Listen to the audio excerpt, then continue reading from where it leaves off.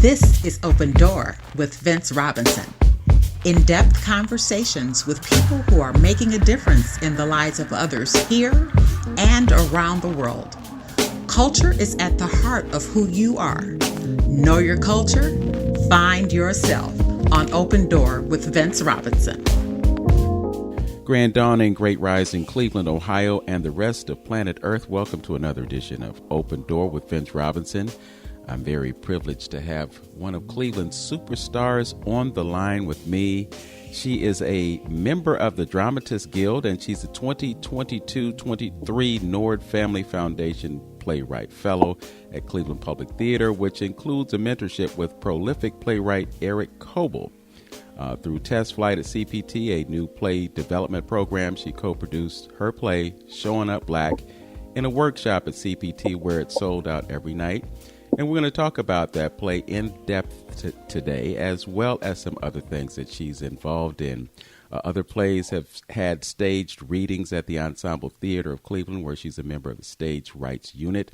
And her short play, Black Coffee, was licensed to Caramoo Theater of Cleveland as part of their Diversity, Equity, and Inclusion Corporate Training Program. Fortune Cookie, a 10-minute play, was produced at Station Hope, a celebration of the ideals of freedom and acceptance embodied in the Underground Railroad. She's also an award-winning actress and the recipient of Cleveland Scene Theater Awards for Best Actress in a Comedy for her portrayal of Wilhemina in Sassy Mamas by Celeste Bedford Walker, and for the Cleveland Shakespeare Festival production of Taming of the Shrew for excellence in non-traditional casting, where she played Baptista. She has a BA cum laude in Theater Arts Minor and an MBA from Case Western Reserve University. She recently completed scene study and playwriting master classes at the Cleveland Playhouse, and after many years in the corporate and nonprofit sectors, during which she lived in Chicago, New York City, and Washington, D.C., she makes her home in Cleveland, Ohio, right here, where she finds inspiration for her writing. That's quite a bit, Jeanne. Well, thank you, Vince. Thank you for that warm and generous introduction. Appreciate that. All right. So we're going to get right to Showing Up Black. So folks who tune in at the top of this hour will get the message that this program is intended for. You have written a play, Showing Up Black. Now, I was a lucky participant because you invited me to do that stage reading at CPT last year or maybe the year before. And I thoroughly enjoyed it, so I want folks to see this play. So tell us about Showing Up Black. Well, thank you, Vince, for this opportunity, and thank you again for participating in the staged reading as this play was developing. This play is about an African-American family that is affluent. They're very influential and powerful. The husband is a lawyer. He's in the halls of power and influence. He works for one of the top law firms in the country that's headquartered in Cleveland. He's the mayor's lawyer and the chief of police lawyer. His wife is a top socialite. She is the debutante cotillion ball chair for her exclusive sorority. And their daughter, who is to be presented, is at school in Boston, where she has met a young man from what I'm calling the 5 Points, which is a lower income area in Cleveland. I found out there's a real 5 Points, so I don't mean any disrespect to those people, but just to differentiate the economic backgrounds of the two young people. And she has taken quite a liking to this young man because of his activism, his intellect, his power, and his strong points of view. So the story unfolds with the daughter, Evie, bringing this young man home to meet her parents. And then ensues kind of a back and forth, heated conversation between the young people and the grown people about what is the best way forward for Black people to attain equity. In the background of all this, the wife, who is the chair of this exclusive debutante ball, wants her husband to get a protest moved. A protest has arisen with Black Lives Matter and then the local protest group that this young man heads. And it's in front of the Ritz-Carlton. It's set in front of Public Square. And this is where the debutantes are going to come in. So the wife feels that the husband should call in some of his favors with some of his powerful friends and have this protest moved, which of course is somewhat unreasonable, but she persists nevertheless. And then the story unwinds with some of the things that happen. I think one thing people should know is that while the story has tension and conflict, one of the things I try to do is give people an experience where they are not going to be traumatized. So while stories about some of the traumas in our lives are important, I like to say this show has no pimps, no prostitutes, no prisoners, no drug addicts. No one gets killed on stage. It is quite suitable for young adults, 11, 12 years old and older. Yes, and the conflict, I think, is a generational divide, so to speak, the difference between the way young folks see things and the way the elders see things. I'm just curious about how your experience growing up in Cleveland affected your ability to write about those two things. Well, that's a very good point, because the more I have heard people give me feedback about this play, the more it has become clear to me that I have, in fact, used a lot and drawn a lot from my life growing up here in Cleveland. One of the things that is so unique and special about Cleveland is access to the affluent is not as difficult as it might be in some other cities like New York or Los Angeles or California. And so you do have more of a bird's eye view into how these affluent events unfold. Now, my mother was a very educated woman. She died in 2012, but she was also very much about etiquette and those types of things, as is my father. And I think in so many ways, the mother and father in this piece are drawn from or inspired by my own parents, who were about striving. So they were that generation of be a credit to your race, striving for excellence, moving up in the world and requiring the same of their children. And then I came along in the era of the revolutionaries. And so often those kinds of values did in fact clash. I remember wearing an afro and having everyone just flipping out over it. Black women who started sporting their natural hair were shunned in churches. Black churches were, criticized and often asked to go home at work. And so this kind of a clash between who we are as Black people and how we express that, and then how we achieve equity, is important. At the center of this play is the shooting death of a young Black man by police. And I had read about this in the early part of this century. And it was quite traumatic and very distressing for me. I don't want to say his name because his parents haven't given me permission. I don't know them, but I think we all are familiar with multiple shootings of Black people, particularly young men, by police. And the young people are talking about demonstrating in order to bring attention to this issue and to get action on this issue so that police will be held accountable. In this particular case that inspired my writing this play, the family of this young man brought suit, which the judge dismissed summarily from the bench. The two officers who were on administrative duty sued the city and the chief of police and the mayor on the grounds that white officers, which they were, who shoot a Black person, spend more time on administrative duty than Blacks do. It became a civil rights case for them, and they won. And I was absolutely outraged by that. And I felt like in the days of the civil rights movement and before, Black people were united. When you look at the front of those marches with Martin Luther King and Ralph David Abernathy and Roy Wilkins and others, they were educated. They might have been considered the upper echelon of Black society.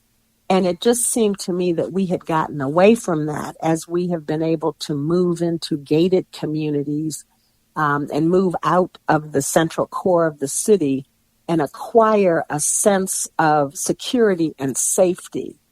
And I think on some fundamental level, this play is also about safety and security for your family, because we all want to have that confidence that when you come home and you're in your home and you're not doing anything wrong, or you're driving your car and you're not doing anything wrong, you will not be stopped or confronted by the police and put in a situation where things could go terribly, terribly wrong. Okay, so just thinking about some of the other layers involved in the play. The young lady is a debutante. The young man, from what I can recall, was not necessarily from an affluent family, so you had kind of a disparity in terms of the way they grew up, but they kind of connected with each other. I'm thinking that you were intentional about showing those two different worlds as well. Yes, that's a very good point. Thank you for bringing that up. I did want to show that. And what I also wanted to show in that economic disparity, and I hope I've done that, is that while the young man is not from a wealthy or affluent background, he has similar family values as the young lady who's from a more affluent family. I don't want to give too much away, but this is one of the reasons why they have the kind of relationship they do, which is not quite boyfriend and girlfriend, but may become boyfriend and girlfriend. She admires his intellect, his courage, his strength. And I think he likes her because she is a lady, but she's still strong and pursuing what will ultimately become career goals. So I hope that I have painted a current young people's couple, which from the young people that have read it, they say that I have. There are two partnerships in there, really. The husband and wife are partners. And through the course of the play, you get a look at how they have helped each other get where they are and stay where they are. They're definitely partners in their pursuits. And I think the two young people are sort of feeling out how that might go for them. Yeah. One of the things, I'm sorry. No, go ahead. Well, I was just going to say, one of the things I strive to do when I write is when I write Black men, I always want to make them what I call strong, splendid, surviving Black men. I want to see the kind of Black men I grew up with, the kind of Black men I know, that are Black men who have integrity. They work every day. They have families. They care for their families. They have interests, sports, but also the arts, the economy, political justice, and to give a different look at Black men that is a realistic and authentic look, but is so different from what we see so much in mass media these days. Yes, absolutely. And I have to mention, as we're on the subject of Black men, that your father is a world-renowned architect. That shouldn't go unmentioned on this show. We're going to talk about that, and we're going to get into some of the other nuances of the play when we return. This is Open Door with Vince Robinson on 95.9 FM WOVU, Burton Bell Carr Community Radio. I'm talking to Jeanne Madison. We'll be right back. WOVU 95.9 thrives daily to provide a positive forum for discussion of community issues and opportunities. Provide a creative platform for every segment of our community. Produce and distribute entertaining and uplifting cultural, educational, and artistic programming. Produce and distribute local community news, information, and public service announcements. Provide a platform for the live coverage of local community and school sports. Provide a portal for outsiders to rediscover the forgotten triangle and its potential. Provide media education and training to participating members of the community. Make no mistake, WOVU 95.9, Our Voices United, a solution-driven radio station. We are WOVU 95.9 FM, Our Voices United. United to enhance our community, united to be a beacon of hope, united to empower our community. WOVU 95.9, Our Voices United. Welcome back to Open Door with Vince Robinson. I am on the line with Jeanne Madison. She is an award-winning actress. She's also a playwright, and I get a feeling that she's probably going to segue into directing if she hasn't done that already. But before we took the break, we were just talking about Black men, and specifically her father is Robert Madison, who has an award-winning architectural firm, and they're responsible for building a lot of the structures that are here in Cleveland and other parts of the world. And as I listened to and witnessed the play and heard you describe it, I was also thinking about how this play may dispel some of the notions that we have about the so-called upper crust of Black society.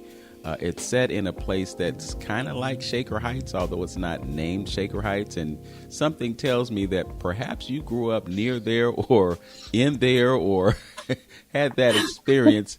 And when we look at how we are as a community, we're not monolithic. Everybody doesn't have the same experience growing up. Obviously, if you were from an affluent family, then you were exposed to the world of cotillions and debutantes and all of that. And not everybody has that experience.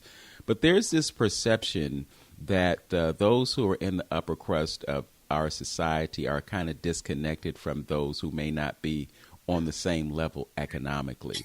And I think that's a notion that needs to be dispelled, because what I took from the play, and it's just my perception of it, but what you showed in that play was that there is a certain level of activism, consciousness, conscientiousness, and concern for the needs of Black folks. What are your thoughts about that? Oh, absolutely. And thank you for bringing that up. And I'm just very glad that you saw that, because that is absolutely what I was trying to show, that there are different ways to fight this fight depending on what tools you have available. I would also say this: my mother was quite a force to be reckoned with. And one of the mantras that she had at home was, "There but for the grace of God go I." And we grew up being grateful for what we had, giving thanks, not groveling, but giving thanks and recognizing that much had been given to us, and therefore we were to give much back. And one of the ways that was accomplished, and one of the things I hope I'm showing in this play, is by being involved with civic organizations that can impact rules, regulations, laws, how people are perceived, something like voting. We were out knocking doors as young kids, licking envelopes and things like that. So being involved on that kind of a level, not everyone is going to be marching in a protest, but all of us have an obligation, in my opinion, to do something to make the world better. And one of the things that I wanted to make sure of was that conversation is had, because it is true that when you move out and you are fortunate enough to be able to live in a gated community, usually due to your own hard work and ingenuity and strategic thinking, that you still need to be thinking about how to open pathways and doorways that you can. You mentioned my father, and yes, he is all of those things. He is also, I would say, a philosopher, a humanist. He was very interested in all types of music. The impact, for example, of air and light on human beings, so a bit of physics, psychology. And he did a lot of public housing, designing a lot of public buildings and public housing. And one of the things he always looked at was providing for people who were low income the same types of space that you have when you are affluent. So privacy, light, fresh air, flow in your place. So when you're in there, you can move freely from room to room, and you have places for your children to play, and that it's to scale. So those types of thinkings and teachings that he had impacted how I look at people.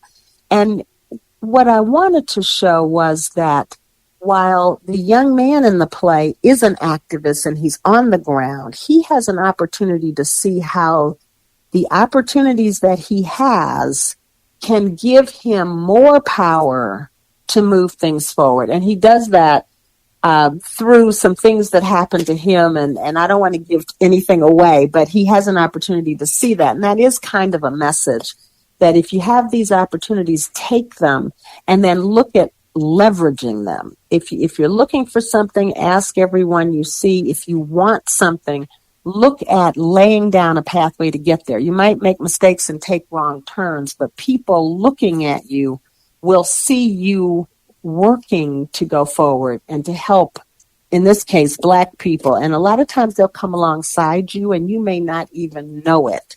And so that's one of the undercurrents I think I've achieved in the play. So one other thing that I'm really noticing and I'm really aware of right now, and that is the importance of the narrative. You talked about showing or depicting Black men in a favorable light, and in just reflecting on the play itself. I don't want to give it away, but it really is heartwarming when you look at how things are carried out. I think that it's important for us as writers to determine what that narrative is and do it in a way that doesn't always depict us as victims, because we have that victim narrative all the time. You know, when you look at the enslavement that happened in this country, you hear a lot about the tragedies of slavery, but you don't really hear too much about the victory. So the stories about the Maroons are not amplified. Just recently, I attended a lecture where there was a conversation in this lecture about how many people escaped to freedom by sea as opposed to doing it over land. And in that process, many of the folks who were participating in freeing Black people were Black people. So, you know, not only were we those who needed to escape, but we were also those who were facilitating the escape, which is not necessarily something that we hear about. I mean, we hear about Harriet Tubman, or Sojourner Truth, folks like that, or John Brown, so forth and so on. But we don't hear the complete story and we don't amplify. Can you talk about the importance of us as writers having control of that narrative? Well, absolutely. That's an excellent point. And I do agree with you 100%. I think as people, we need to take back control of that narrative. One of the things I was very fortunate to have as a young person, a child, a teenager, is my mother had been a teacher. She had a master's degree from University of Chicago that she got in the 40s. Now, how she got it into her head to leave Washington, D.C., and travel halfway across the country to go to the University of Chicago, I do not know, but she did. And by growing up with my parents and seeing what they had to go through, particularly my father, you know, just getting overlooked and not getting the commission and so on and so forth, I heard stories about triumphing, and I saw my parents triumphing. The biggest triumph my dad had, excuse me, was he had been designing small projects like church basements and porches. There were 9 medical practitioners in this city that came together and hired him to build the Medical Associates building on 105th Street, which is now called the Madison. And each one of those medical practitioners put up what would be the equivalent of $1 million. And I don't know if some borrowed it or if it was their savings. And they built this building. And I always thought that was such an amazing thing to do, because that is sort of a metaphor for dispelling the victim mentality. And I think and I'm glad you brought this up, because that is another thing that I write about. I write people who are working very hard to direct their own destinies. I wrote another piece called Eyes of the Bridge that's set in 1908. And there is a tragedy in that play that was unavoidable. It is a tragedy. But you do see the people self-directing and working very hard with their skills to overcome the bonds and the barriers that hold us back. And that was another thing I learned. You know, if you can't get through, try to find a way under. If you can't get under, try to find a way around. And always be available for opportunity, which sounds kind of strange, but you know, someone might be talking to you and you don't know that they're scoping you out to see if they want to send you this information about applying for the Catapult Nord Family Fellowship, which I got from a friend who had seen me in a writer's group and sent it to me. And I said, well, what the heck? I'm going to take it. And I was really surprised when I got it, but thrilled. And then I worked to fulfill the terms of my my fellowship. So what I try to show is that my characters don't always have the answers, but they're always available to listen, to work them out, and then to go forward. And if they find out they need to make a turn, they make a turn. And I think that's a message I'm trying to send to young people. A lot of times you've got to go out on your own and study and find out. And with the internet, you've got every library in the world at your fingertips. You don't have to do what we did, which was get on our bikes and ride up to the library. So you can go in and look up Black senators and congressmen during Reconstruction. And as you have said, during slavery times, Black people were helping each other escape. And to your point, I just found out recently, too, how many escaped by sea. I think Frederick Douglass was the most notable one.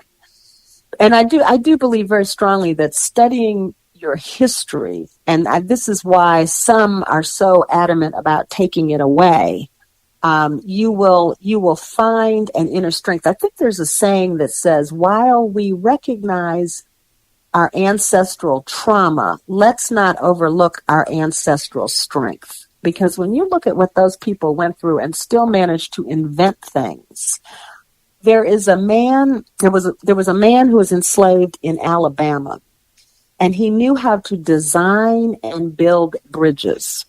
And he made so much money doing that, he was able to buy his own freedom, which is kind of a, crazy concept in itself, that you've got to buy your own freedom. He was married to a free Black woman of color. My grandfather was an engineer, and he was a native Alabaman. And I've often wondered if that story inspired him to become an engineer. He didn't have the opportunities my dad had, or that, my cousins who've taken over their business have. But they never gave up hope, and they never gave up trying to get there. That sounds like a great movie. So many of the things that happened to us in the past, and the conflict is there because we're all always up against racism and the things that folks be doing to us. But sounds like a great story. I'd like to see that on Netflix. Maybe Jeanne Madison will write that story. Only if we write it together. Okay. So we're going to talk about your writing process and a few other things, including that building that you mentioned, when we get back.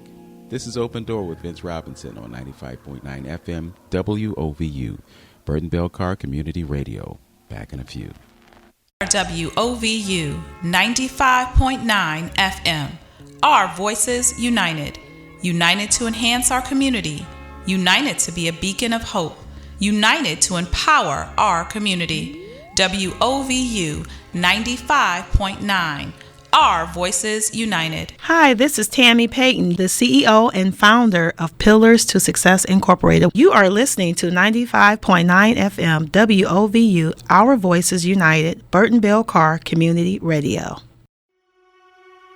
At CMSD, we're striving to provide resources, support, quality education and opportunities to scholars regardless of their zip code or their background. The future of CMSD means providing education opportunities for all scholars across the district, targeted to support their academic achievement. It's a future where equity is at the forefront and barriers no longer exist. The future of CMSD starts here. This message has been brought to you by Cleveland Metropolitan School District and WOVU 95.9 FM. Our Voices United, Burton Bell Carr Community Radio. Do you have a question, comment, or concern? Give us a call at 216-342-2963 or email our Director General Manager Jay Williams at jwilliams@bbcdevelopment.org. In an ideal world, every neighborhood, no matter where a kid lives, no matter their background, they can choose any school they can go to and guarantee that they have high quality options. And we've already started to do this work. And there are pockets of excellence throughout our system. That's what the future looks like. This message has been brought to you by Cleveland Metropolitan School District and WOVU 95.9 FM. Our Voices United, Burton Bell Carr Community Radio. Hi, this is Tara LaWanda Aaron. You're listening to WOVU 95.9 FM. Our Voices United, Burton Bell Carr Community Radio.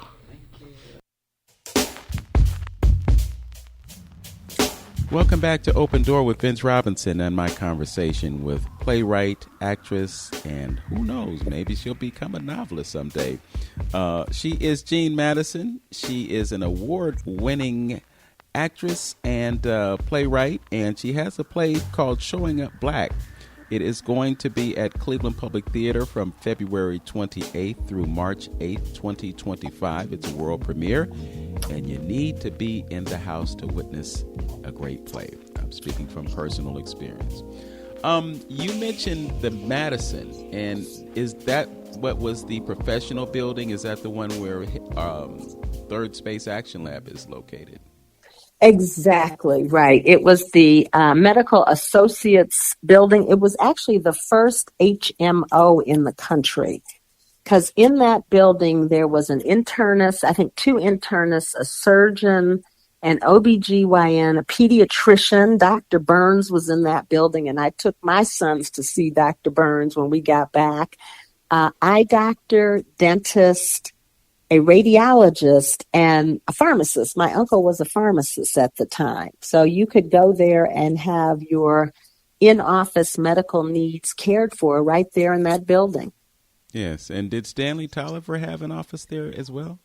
He did. Thank you for remembering. I'm in touch with his beautiful daughter, Sherry, who's moved to North Carolina, if I'm not mistaken. Yes. But yes, he did. The famous attorney Stanley Tolliver did have an office in that building. Yes, indeed. And it went through a few other changes. I think there was a venue called Deuteronomy something 28-3 or something like that, and it was a coffee shop, and they had events there, poetry readings and whatnot. Now it is the headquarters for Third Space Action Lab, and they have the first floor and they have upper floors as well. I've been privileged to take part in some interviews that took place on the upper floors. But I just think it's great that Third Space is there, because they are all about preserving the history of this city, especially when it comes to Black folks. So how appropriate that Robert P. Madison's name would be on that building. Yeah. I want to talk to you about your writing process. You have disclosed that you are one who observes life in a matter of speaking, and you have an ability to speak to some of those injustices and also amplify some of the victories and the triumphs that we experience in life. What was the motivation for you to get into writing? When did the light bulb go on that, Jeanne, I can write these things and people will be able to come into theaters and experience my greatness? Well, thanks, Vince. I have always been a writer from when I could remember. My mother had been a teacher, and she used to read to us and recite poetry to us and quote books, and both of my parents were big readers. I started writing, I think, seems to me it was like around junior high school, poetry. And then throughout my professional career in corporate America, before I was fortunate enough to become a playwright, I wrote a lot of proposals. I was in big ticket complex system sales, and everything I was selling was prototype, never been done before. So each proposal was created, and you're trying to set up a scene, tell someone what they should do, encourage them to do it, give them a reason to do it, and then closing by asking them to do it. It's the same thing in development, which I did at Case Western Reserve in Cleveland State, where you're looking at programs that you can help the faculty and the department heads and office chairs create, and then going out for money for it. So one of those programs is now called Healthy Smiles. That's one of the ones I created with the Case Western Reserve Dental School and their dental faculty. So all the kids in the second grade get their teeth examined and get sealants or get fillings and things. So what I found was that writing a play is very much like writing a proposal, but you don't tell them the end in a play. When I had been acting, and I was good friends with Peter Lawson Jones, who a lot of people on your in your radio audience will recognize his name, and we had been in a couple plays together, and I had been working on a play in response to this injustice that was done to this young man I mentioned before, the tragic shooting. And I couldn't quite get it right. I took a playwrights class at Cleveland Playhouse, and this was in pandemic, so we were on Zoom. And one of the playwrights said, think about writing 10-minute plays and think about writing for Zoom, because he said there were a lot of theaters and groups that would put up an evening of 10-minute plays, and people can log in from all over the country. And the light went on. This 10-minute play that has gone on to become Showin Up Black could be done on Zoom because it could be done on the phone. Now, this is the very first kernel of this play. And so I sent it to Peter through email, and I said, Peter, would you read this and tell me if you think it's any good? He emailed me back almost immediately. You know how fast lawyers read because they have to read so much. He emailed me back immediately and said, send it to Celeste Cosentino, who's the executive artistic director at Ensemble Theater Cleveland, which I did. She emailed me back almost immediately and said, would you like to join our Stage Rights Writers Group and have your play read at our next Monday Zoom readings? And I said, sure. And I did, and I got very useful feedback. So I joined, and then what we do is from week to week, if people have pages, and of course we had a lot more pages during pandemic because we weren't as busy, you might bring in your own actors, or you might have people in the group read your script, and then you take feedback. Because these people are knowledgeable, they have been actors or they are actors, they were editors or they read and wrote a lot of scripts, you get a lot of very, very useful feedback. It's not all, I loved the play. You know, sometimes it's, this wasn't clear, or that needs to be strengthened, or I think this was just extraneous. And then they'll say, you know, this part here was very, very strong. I'd like to see more of that. And then you can use that to further build out your play. And I found that it was a great opportunity for me to use a skill I love. I could tell some of these stories. And in my plays, I always weave in as much Black history as I can without sounding like I'm preaching. So at one point, the mother in Showin Up Black looks at the young man and calls his last name and asks him if he's related to one of the activists during the civil rights movement, and her husband fills in some of the blanks there. So, you know, and I just get her name out there, Gloria Richardson. It was part of the Cambridge movement, where Blacks in Baltimore were arming themselves against police brutality. And this was before private citizens could walk around carrying a gun in America. So, yeah, I think I sort of see what inspires me, and then what interests me. I'm usually focused on women, usually a woman of 50 or more years, because I think that's when life really gets interesting for women. And I think women get interesting at, around 50 or maybe even 60. And you've got so much more control over your own life, because usually your children are grown or launching. Your parents haven't gotten to the point where, my dad is, where he's 101, but he still lives independently. Thank you, God. But you have a little bit more time for yourself, and you can do the kind of research I like to do, so that when I put a character on the page, they ring as authentic. And I love to do research. So that is my process. I usually know what the thing is, as I call it. What is the major conflict here? Some people would describe it as, what does each actor want that they can't get, or what does the main character want that he can't get, and what happens? And then I look at where this story is going to go and how is it going to end. And again, I'm not one for gratuitous violence. If I have violence in a script, it's usually off stage. I haven't written any on stage violence, except maybe a fist fight or something.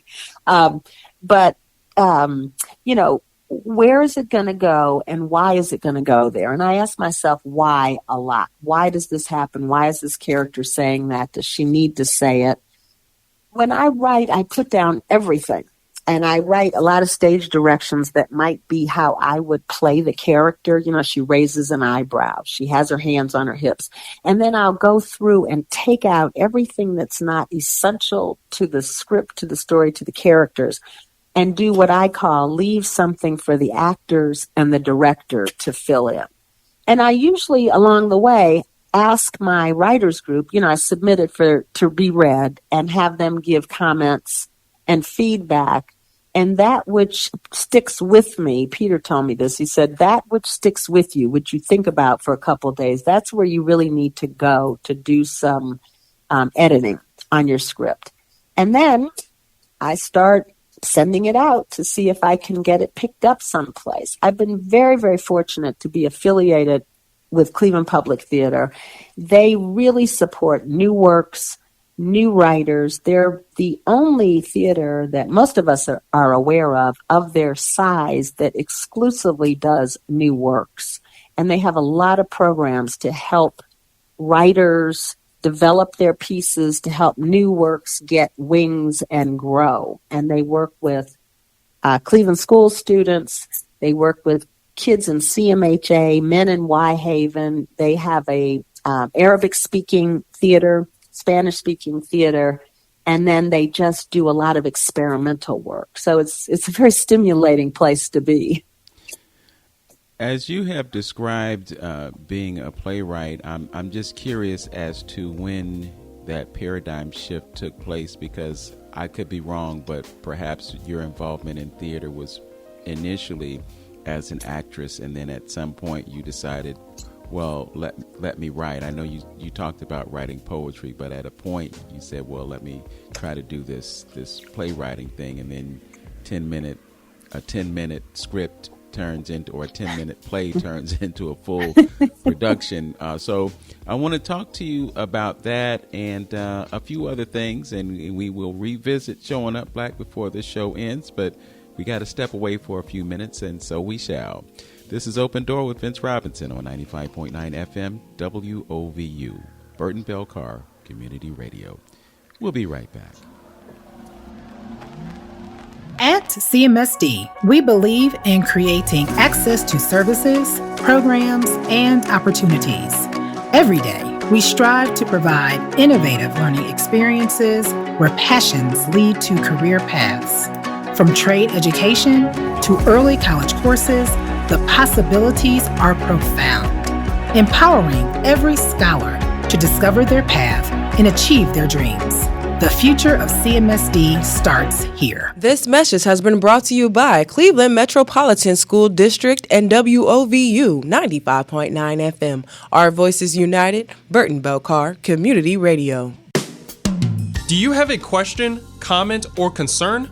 Give us a call at 216-342-2963 or email our Director General Manager Jay Williams at jwilliams@bbcdevelopment.org.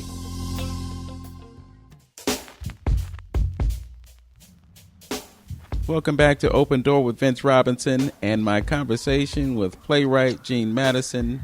Her play Showin Up Black will be running at Cleveland Public Theater, and it looks like it's from February 20th through March 8th, 2025. You definitely want to go ahead and make sure you get your tickets for that. They go on sale November 1st. If this show does not air before then, you'll know, and if it airs after then, you'll already know that you haven't gotten your tickets yet, so you need to do that.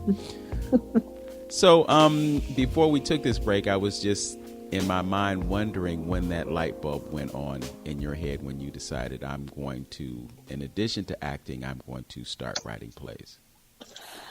Well, that's a very, very good question. I am strategic in a lot of ways and a pragmatist. And one of the things I know is when you're an actor, especially as a woman, you have to understand that there may be a shelf life involved here. And what I mean by that is, my mom got me involved with acting at Karamu as a young child. And part of that was to teach me poise and grace and presence and confidence in front of other people. And then, of course, I went off into corporate America. But if you watch the trajectory of a female actress, she starts out as, the kid's sister, then she's the ingenue, then she's the reporter or the lawyer, then she's the mom, then she's the aunt, then she's the judge, then she's the grandmother. And once you play the grandmother, there's not a lot of grandmotherly roles out there that you might be terribly interested in. The whole performance side of the industry hasn't quite evolved to understanding that women of a certain age are still vibrant, they're still sexual, they're still exciting. Rita Moreno is in a show where she plays the grandmother, and she told the producer, she says, I'll do it, but the woman has to be sexual. In other words, not dumpy and frumpy, still being current. I talked to a friend of mine who's in California. He's a producer of sorts in the Bay Area in San Francisco.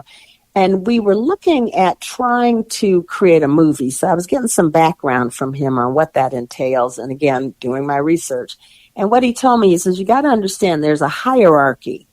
It's actors on the bottom, then writers, then directors, then producers. And to be a producer, that's when you really are coming with the money and you're hiring all the other artists and creatives and designers. To be a director, you've got to convince people that you can create this show. I've taken a directing course at Raymond Bobkin's feet, so to speak. He was the instructor, and it was at CPT because I am interested in directing. And with my smaller plays, I've directed them, shorter plays. And so I looked at my acting career, and I started looking at my writing abilities, and I thought, let me try and see. So to my earlier point about, trying and accepting opportunities, that's what I did. I went in to try, and I did, and I worked on it a bit. I scrapped a lot of first drafts before I showed it to Peter. And once I found out that 10-minute play was good, then the writers in my group said, well, are you going to develop it? And I didn't know from developing, but I started looking at where that story could go. I think that if you are writing a story that's for you to tell and you're interested in it, it's going to come to you.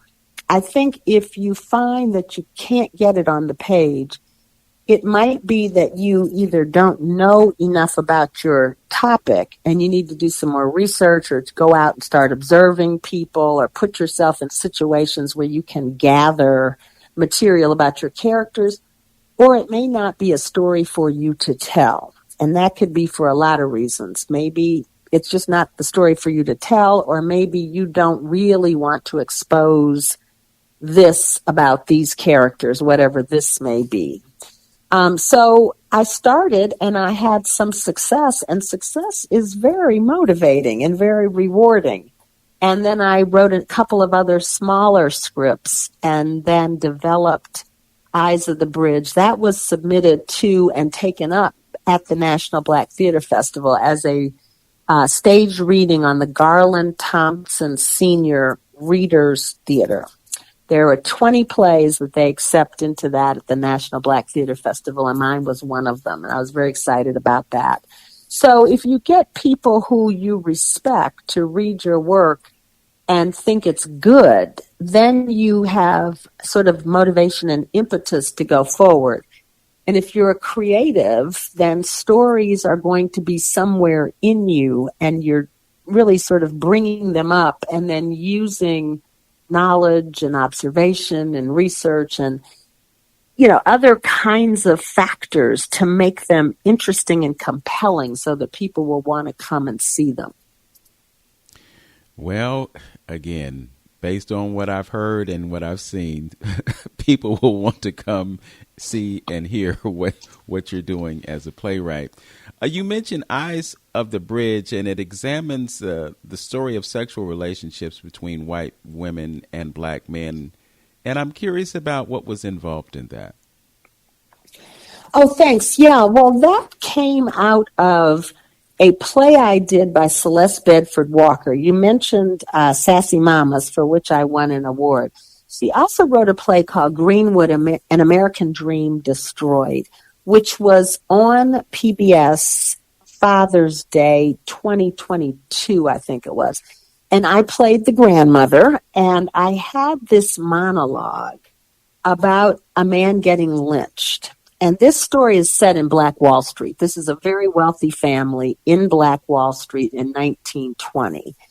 And as you may recall from that story, the whole massacre and burning of black homes and black businesses was triggered by supposedly a young black man stumbling in an elevator and touching a white woman.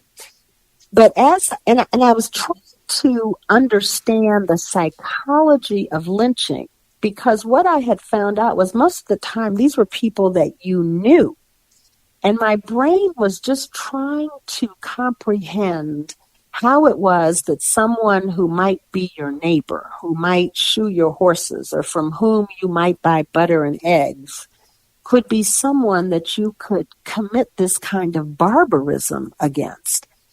I wasn't able to answer that question except for the factor of pressure, very much like what we're seeing now, where people are terrified to stand up to the MAGA Republicans and the Donald Trump movement. They know it's wrong, a lot of the things that they're doing, but they don't want to stand up to it. And as I began to read and research, I found out that there were a lot of sexual liaisons between black men and white women that white women had initiated and had in some way pressured through the implied power that if this liaison did not occur, there were going to be terrible consequences for the man. And this began to intrigue me because this is not something we knew. To our earlier conversation, Vince, about research, and being able to read everything really online these days. And so from the myth that we had been given, of the black man who was chasing these white women all the time, to understanding that a lot of white women were making these overtures, they were initiating these relationships, I began to see a play that would sort of show this, and I needed to get that lynching monologue vindicated.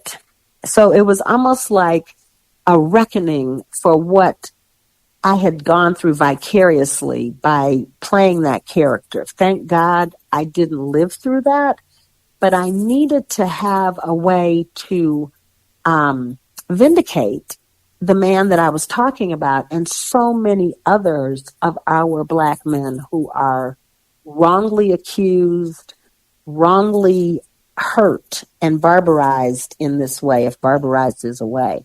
And so this play came about through that. Happy Black couple, bored, idle, rich white girls, and how this evolves into something that becomes a tragedy. And it really is a triple tragedy, because there are 3 deaths in this play, which is uncommon for me, but they make sense the way they occur. And people liked the play from the standpoint that it was really, really good. Not that we like the pain, but like we like Romeo and Juliet or West Side Story, because they do help us with our unrequited desires. So that's where that play came from. I'm very proud of that play. It's really, really good. Both of these plays are really good.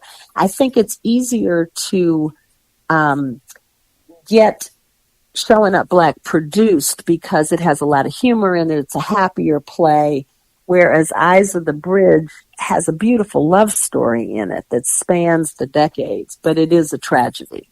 Yes. Well, not every story has a happy ending. I mean, that's life. So yeah, you're right. You're right. But I just think it's incredible that you're able to witness these things, these occurrences in life, and then write about them and bring them to life. What you just mentioned about Black men being victimized by white women who had a particular motive. It contradicts the popular narrative of the reverse of that. So yes, I commend you for writing that, and I have to ask you as we conclude, what are you working on now? Well, thanks for that. One, I'm working on hopefully being able to direct something soon, but I'm also working on another play, and I'm trying to decide which one. I wrote a short play called She Walks in Beauty, which is Lilith and Eve, Adam's first and second wives. A lot of people don't know, but Adam had a first wife who was made from the earth just like he was, but she proved to be a little bit too strong for him. So she was banished, and then God made Eve for Adam. But they sort of go through, back and forth about what's important, what's not important, what each one has, what the other one doesn't have. And then kind of how close together they actually are. So I'm thinking about expanding that. And then there's another one that I've got kind of mulling around in my head that's also set well, they happen at the same time. I can't think of the word, but one part of it would be like in 1907, 08, because the early part of the 20th century really interests me. And now, and it would be about a Black woman who's an archaeologist, and she goes back to the ancestral home in Alabama, which is where my father's is, and, there's all this land that they own, but the white folks are trying to sneak and take it from them. And in the process of being there, some very interesting, almost metaphysical things happen to her. So that's kind of that's been forming in my mind for quite some time, and I think I'm going to sit down and start working on getting it on paper, because it could be quite interesting and very good, and also a story that so many of us could relate to, because during the Civil War and immediately after the Civil War, a lot of the white landowners in the South that had enslaved people gave land to the enslaved people to keep the Yankees from getting it. And the Blacks could keep that under the Homestead Act that Lincoln had established to hold ground for the Union. And then over time, some people lost their land through trickery.